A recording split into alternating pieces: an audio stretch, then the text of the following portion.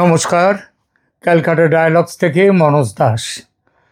বিকেল থেকে অন্তত জনা ৩০ মানুষের সঙ্গে কথা হলো ডিএ নিয়ে মমতা বন্দ্যোপাধ্যায়ের হঠাৎ করা যে ঘোষণা, সেই বিষয়টা। যাদের সঙ্গে কথা হলো তাদের বেশিরভাগই ডিএ পেলে উপকৃত হবেন, অর্থাৎ এই ব্যাপারে তাদের স্বার্থ জড়িয়ে। সরকার এখনও কত টাকা দিতে হবে সেই হিসেব সরকার তৈরি করে উঠতে পারেননি এখনও, কিন্তু এদের অনেকেই 25% ডিএ পেলে কত টাকা পাবেন তার হিসাব টিসাবও মোটামুটি করে রেখেছেন। তারা বেশ খুশিও। এটা খুব স্বাভাবিক, কেননা গত কয়েক বছর ধরে তারা অধীর আগ্রহে অপেক্ষা করছেন কবে তারা রাজ্য সরকারের অন্যায্যভাবে আটকে রাখা ন্যায্য পাওনা বুঝে পাবেন। যাদের সঙ্গে কথা বললাম তাদের মধ্যে দুজন আবার এই ডিএ আন্দোলনের নেতাগোছের মানুষ। তারাও স্বাভাবিকভাবেই নিজেদের লড়াইয়ের জয়ের কথা বললেন। বেশ আত্মশ্লাঘা, একটা আত্মগর্ব তাদের মধ্যে কথার মধ্যে পেলাম। এটাও খুব স্বাভাবিক। একজন তো মমতা বন্দ্যোপাধ্যায়ের নাম ধরেই বললেন, সেই তো মল খসালি, তবে কেন রাগ দেখালি। আমি কিন্তু নির্বাচন কমিশনের ভোটের দিন ঘোষণার ঠিক কয়েক মিনিট আগে পশ্চিমবঙ্গের মুখ্যমন্ত্রী ডিএ দেওয়ার এই ঘোষণায় খুব একটা আনন্দের কারণ আমি অন্তত খুঁজে পেলাম না। কেন পেলাম না তার অনেকগুলো কারণ, সেগুলো একটু একটু করে বলবো আপনাদের সামনে। সবার উপর যে কারণটা, সেটা হলো ঘোষণা যিনি করেছেন তার নাম মমতা বন্দ্যোপাধ্যায়। কথা দিয়ে কথা না রাখার ব্যাপারে যার রেকর্ড, এতটাই রেকর্ড বড় যে এই ব্যাপারে মানুষ তাকে কেন এত বিশ্বাস করছে এই ডিএর ঘোষণা নিয়ে, সেটা আমার বুদ্ধির বাইরে। এই ঘোষণা যে তিনি কর্মচারীদের মুখ চেয়ে সহানুভূতি দেখাতে করেছেন, এটা অন্তত পশ্চিমবঙ্গের কোনো পাগলেও বলবে না। সেটা হলে হাইকোর্টে, সুপ্রিম কোর্টে এত লাফঝাঁপ করতেন না মমতা দেবী। অভিষেক মনু সিংভি আর কপিল সিব্বালদের টাকার পাহাড়ে বসাতেন না। নির্বাচনের আগে তার এই ঘোষণা ভোটের মুখ চেয়ে। তিনি হিন্দু পুরোহিত আর মুসলিম মুয়াজ্জিনদের জন্য 500 টাকা করে যে ভাতা বাড়াবার ঘোষণা করেছেন, সেটাও যেমন ভোটের মুখ চেয়ে, এটাও তেমন ভোটের জন্যে। বিশেষ করে এবারের ভোটে তার দলের হাল খারাপ, এমন একটা খবর খুব ভাসছে বাতাসে। তাই তার এই হঠাৎ কল্পতরু অবতার, যদিও এই কল্পতরু কিন্তু ধোঁকার কল্পতরু, ভাঁওতার কল্পতরু। কেন সেটা বলবো, কিন্তু সত্যি কি এটাই একমাত্র কারণ যে তিনি ভোটের জন্যেই এই ঘোষণা করলেন?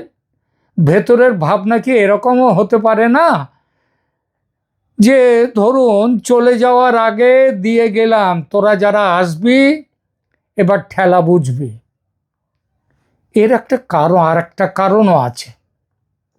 সেটা হলো আইনি বিরোধ।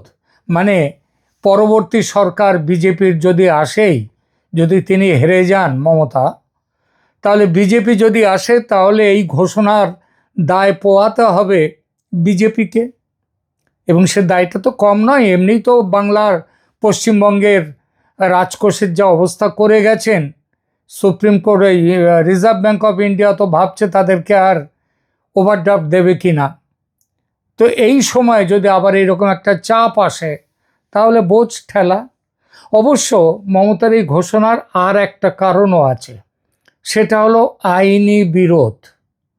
আইনি বিরোধের রাস্তা দিয়ে পরে যদি এই ঘোষণাটা কেঁচে যায় তাহলে বলবেন তিনি, আমি কি করব, আমি তো বলেই দিয়েছিলাম দেব। জ্ঞানেশ কুমার যদিও বলেছেন তার ঘোষণার আগে মানে নির্বাচনের নির্ঘণ্ট ঘোষণার আগে রাজ্য সরকারের ঘোষণায় কোনো আইন ভঙ্গ হয়নি।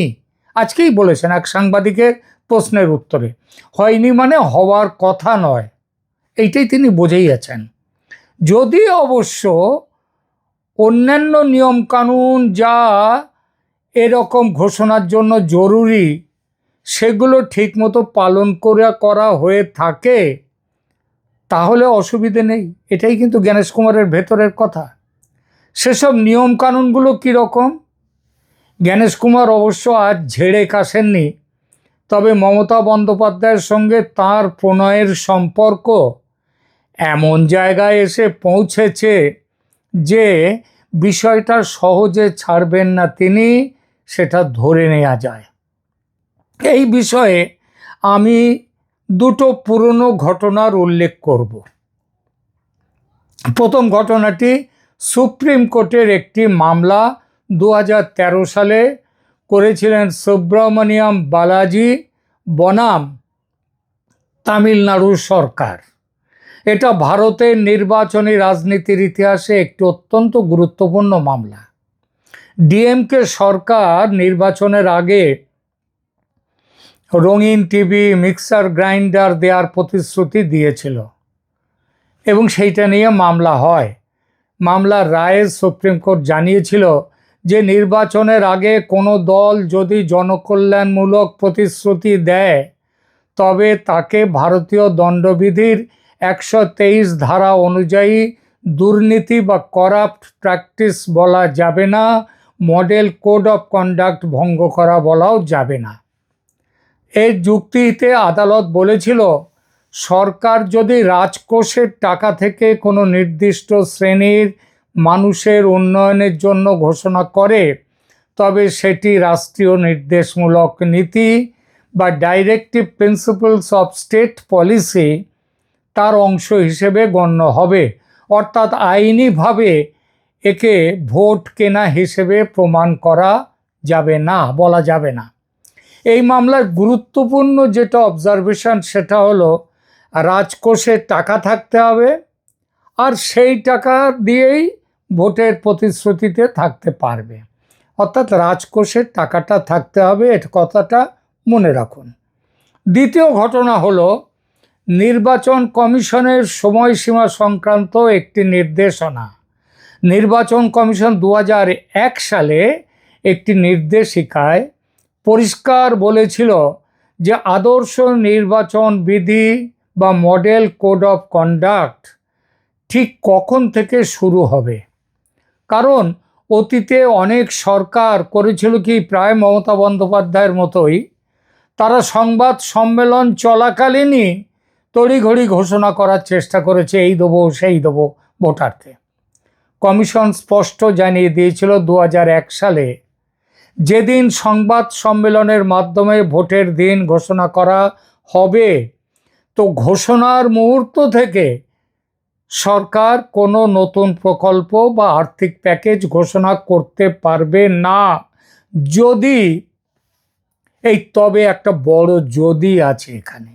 এই যদিটা হলো, যদি নির্বাচনী নির্ঘণ্ট ঘোষণার 5 মিনিট আগেও ক্যাবিনেট মিটিংয়ে সই হয়ে যায় তবে কমিশন তাতে বাধা দিতে পারে না, আর সেই কাজটির অর্ডার বা বিজ্ঞপ্তিও প্রকাশ হতে হবে ভোট ঘোষণার আগে। মানে মডেল কোড অফ কন্ডাক্ট লাগু হওয়ার আগে নোটিফিকেশন সরকারের জারি করতে হবে। যদি তা না হয় তবে সেই ঘোষণা অন্যায়, বেআইনি, হিমঘরে চলে যাবে।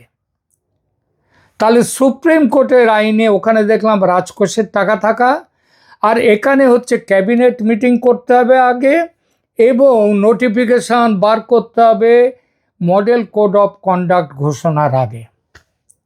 সম্প্রতি সুপ্রিম কোর্টে আর একটা ঘটনা জনস্বার্থ মামলা এসছে, Ashwini Upadhyay versus union of India.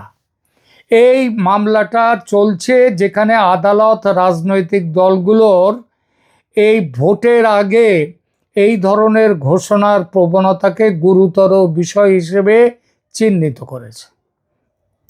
তার পর্যবেক্ষণে আদালত বলেছে রাজকোষের হাল, খেয়াল করবেন, রাজকোষের হাল খারাপ থাকা সত্ত্বেও যদি কোনো সরকার এই ধরনের জনমোহিনী ঘোষণা করে তবে তা রাজ্যের দীর্ঘমেয়াদী আর্থিক কাঠামোর জন্য ক্ষতিকর।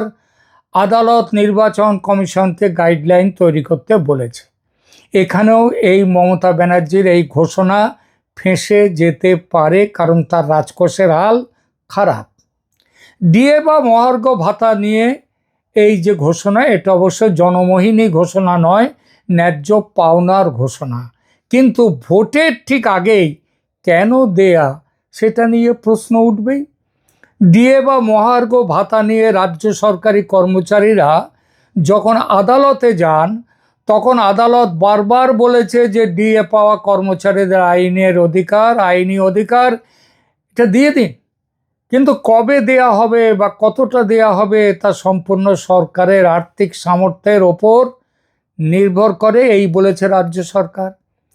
তা এত সব বলবার পরে নির্বাচনের ঠিক আগে এই ঘোষণাটা করলে তাকে রাজনৈতিক চাল মনে হলেও আইনিভাবে এটা বকেয়া পাওনা মেটানো হিসেবে দেখানো হয়। কিন্তু রাজকোষে যেখানে টাকাই নেই সেখানে তুমি বললে কেন? এবং খেয়াল রাখবে, এখানে কিন্তু দিন তারিখ কিচ্ছু বলেনি কবের মধ্যে দেবে। আইন লঙ্ঘন প্রশ্ন উঠবে না যদি বিজ্ঞপ্তি আগে বেরোয়। এখানে কিন্তু বিজ্ঞপ্তিও বেরিয়েছে কিনা সেটা নিয়ে যথেষ্ট সন্দেহ।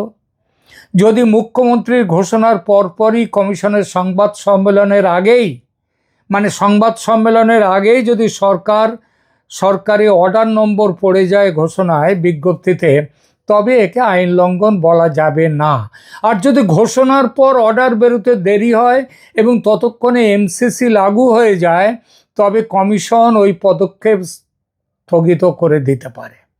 জ্ঞানেশ কুমার সেটা করতেই পারেন।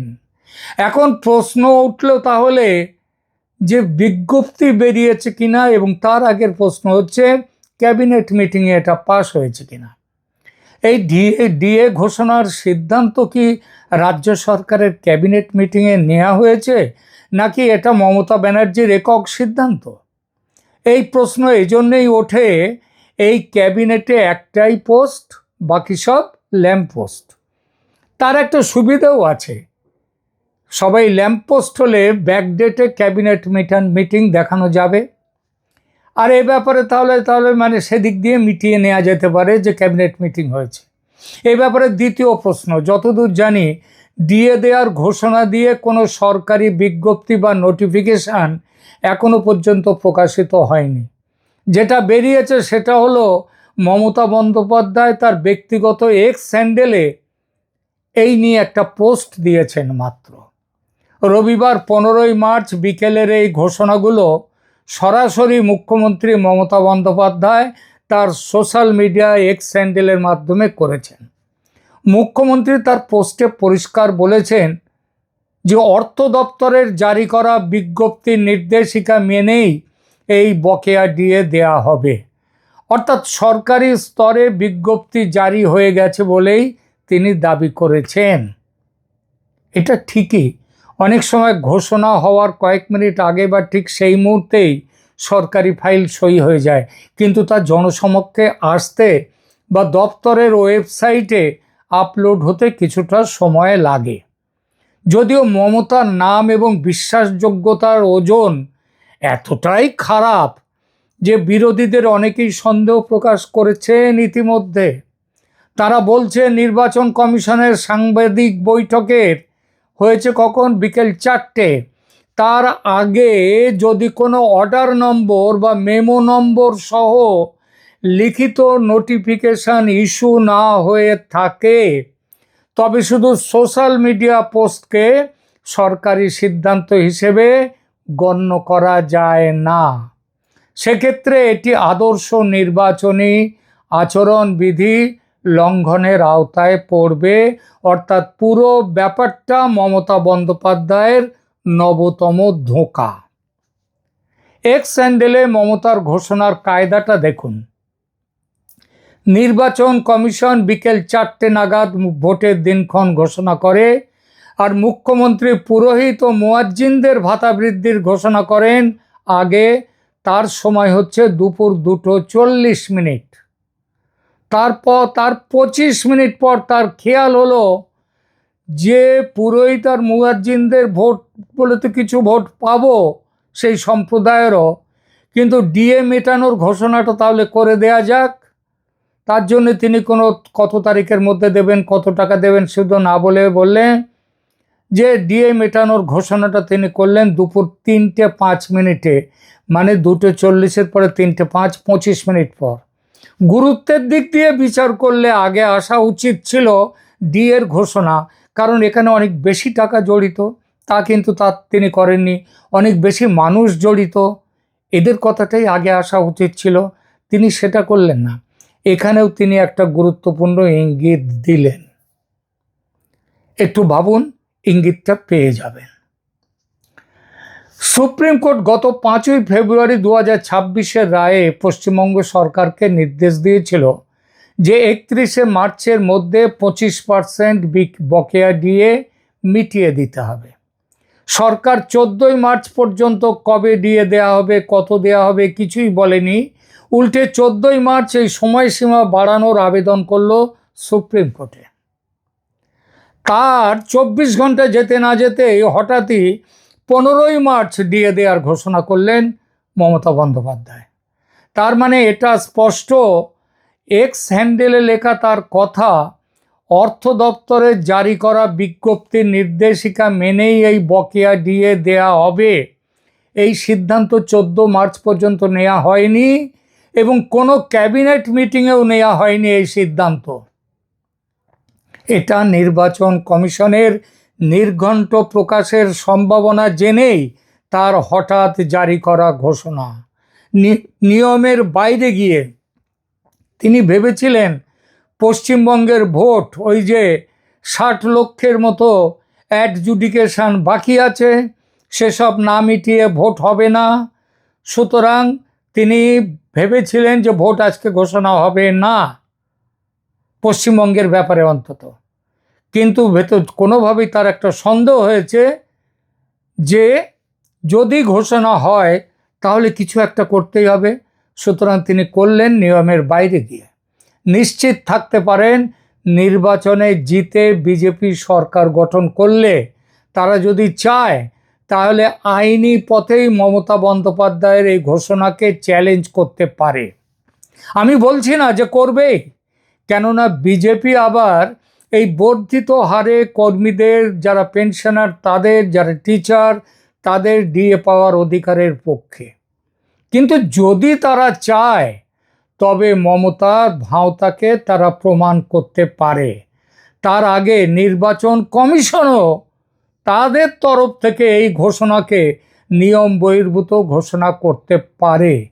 এমন একটা খবর পেলাম যে communist party of India, Marxist, CPM দল এই ঘোষণা অ্যাডজুডিকেশন বাকি রেখে দিয়ে নির্বাচন ঘোষণা, এই ঘোষণা করার বিরুদ্ধে সুপ্রিম কোর্টে বা হাইকোর্টে, মানে আদালতে যাচ্ছেন তারা। সুতরাং আদালতে গেলে এই ভোটের ব্যাপারে আদালতের সিদ্ধান্ত কি হবে সেটা তো বলা যায় না। এমনও হতে পারে এই ভোট ঘোষণা এটা বানচালও হয়ে যেতে পারে, ভোটের দিন নাও আসতে পারে। তো এখানেই প্রশ্ন ওঠে, আর যদি ভোটে সেটা যদি নাও করে, কারণ সাধারণভাবে আদালত নির্বাচনের ব্যাপারে মাথা ঘামায় না, কিন্তু এবার তো সুপ্রিম কোর্ট অলরেডি নির্বাচন কমিশনের ব্যাপারে, পশ্চিমবঙ্গে এসআইআরের ব্যাপারে তো মাথা ঘামিয়েছেন, ঘামাতে বাধ্য হয়েছেন। সেই বাধ্য হওয়াটা আবার মমতা ব্যানার্জির বিরুদ্ধে গেছে, নির্বাচন কমিশনের পক্ষে গেছে। তা হলেও নির্বাচন কমিশনও মমতার এই ডিএ ঘোষণার ভাঁওতাকে নিয়ম বহির্ভূত ঘোষণা করে বাতিল করতে পারে, সে সম্ভাবনাও যথেষ্ট। অতএব যারা খুব আনন্দ পাচ্ছেন তাদের আনন্দ পাওয়া ভালো। আজকে দুঃখের দিনে আনন্দ পাওয়াটা ভালো জিনিস, শরীর স্বাস্থ্য ভালো থাকবে, মন ভালো থাকবে। কিন্তু বাস্তবে মমতা কিন্তু একটি নতুন ভাঁওতা দিলেন। আর যারা বলছেন সেই তো মান খসালি তবে কেন লোক হাসালি, যারা বলছেন তারাও এটা বলার আগে আবার ভেবে দেখবেন মমতা কিন্তু খুব সাংঘাতিক পলিটিশিয়ান। মনে রাখবেন। এখানেই রাখছি। ধন্যবাদ।